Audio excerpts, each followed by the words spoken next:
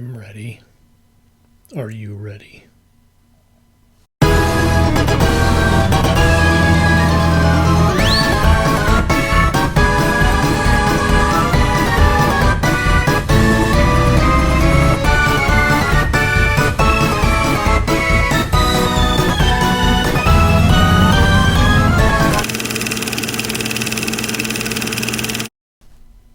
Hi kids, welcome to the Late Night Picture Show.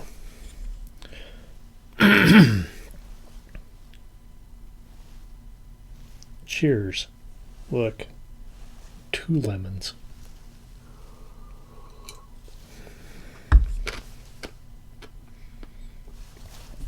And ice. Tonight on the Late Night Picture Show, yeah, the theme is kind of scantily clad women in the jungle. And we're going to start things off with one that maybe you've seen, because it has some pretty big stars in it. I know that's French or something, but Slave to the Cannibal God. Ursula Andress, Stacy Keach. You've probably heard of them, unlike most of the movies that I review. And I watched this early on, like before I even knew what giallo was, and even when I rewatched it, I didn't realize that this is Sergio Martino. Claudio Castellini, Antonio Marcina, Franco Fantasia. Well, that's a porn star name, Franco Fantasia. He must have been an Italian porn. Lanfranco Spinola, Carlo Longhi. Also a porno name. Okay, I'll stop. I'm just going to add, this is not the poster or the artwork that's on my box. I saw several posters. This one printed the best, but that is like the ugliest picture of Ursula Andress I've ever seen. She's not an ugly woman. I don't know what happened here.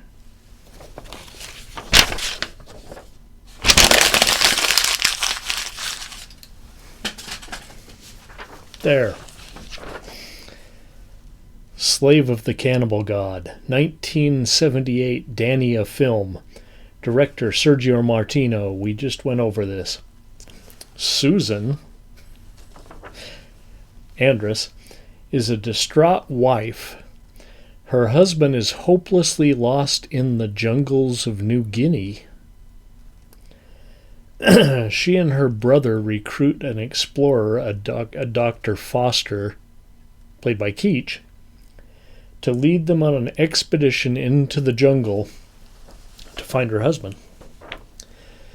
Foster, an old friend of her husband, knows just where to look, and they set off to the coast of a cursed island in their search. There they find a mission and a fellow explorer named Minot. I have a friend named Manoli, so I'm just going to call this guy Mino.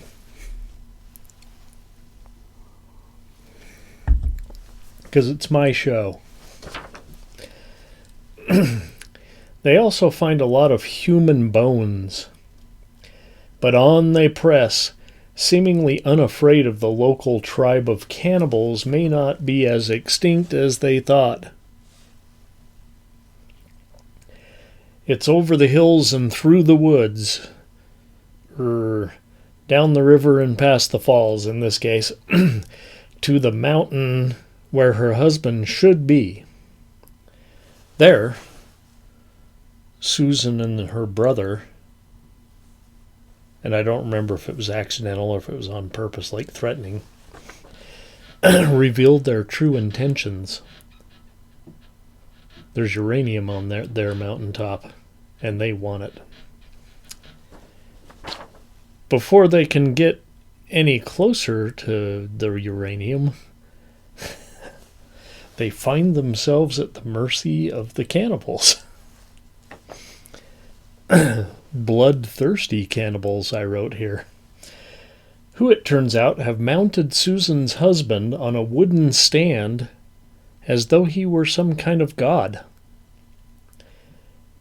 They kill her brother, who has already dispatched Foster back at the waterfall.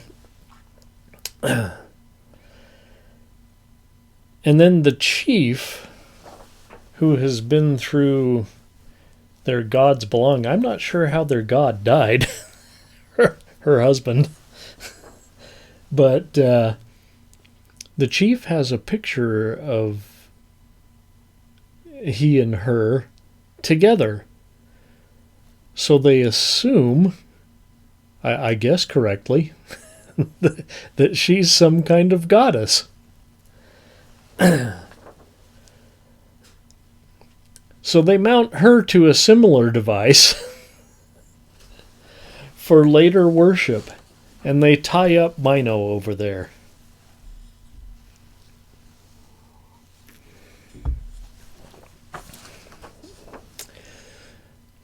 One of the natives stops by to poke Mino, and he heroically kicks the pygmy to the ground, wrestling his spear away and breaking free. He rescues Susan, and they make a run for it. Oddly enough, down the river. Remember they got there down the river? Apparently this river flows whichever way you're going. They fight off a couple of cannibals and ride a log to safety.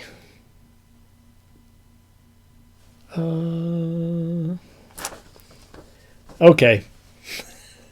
Yes, it's hokey. And it's definitely 70s. When they do close-ups of Andress. Maybe I'll try to do this for you. She's all fuzzy, you know, with the diffusion filter. Yeah, very, very Penthouse Magazine, 1978.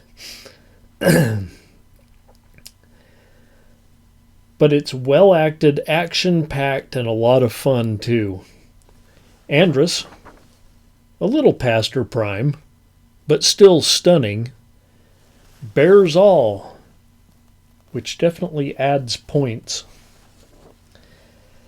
and does a good job of keeping up with the boys in her high-heeled leather boots. This is like Johnny Quest for adults. I already like Johnny Quest. I love that show. For a kid's show, it's great. This is the adult version of Johnny Quest. I give it 4 rings. It's a 4-ring circus. On feature 1 of the Late Night Picture Show.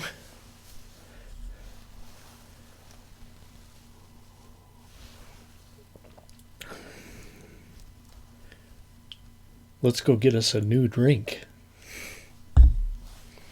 And we'll be right back for part 2.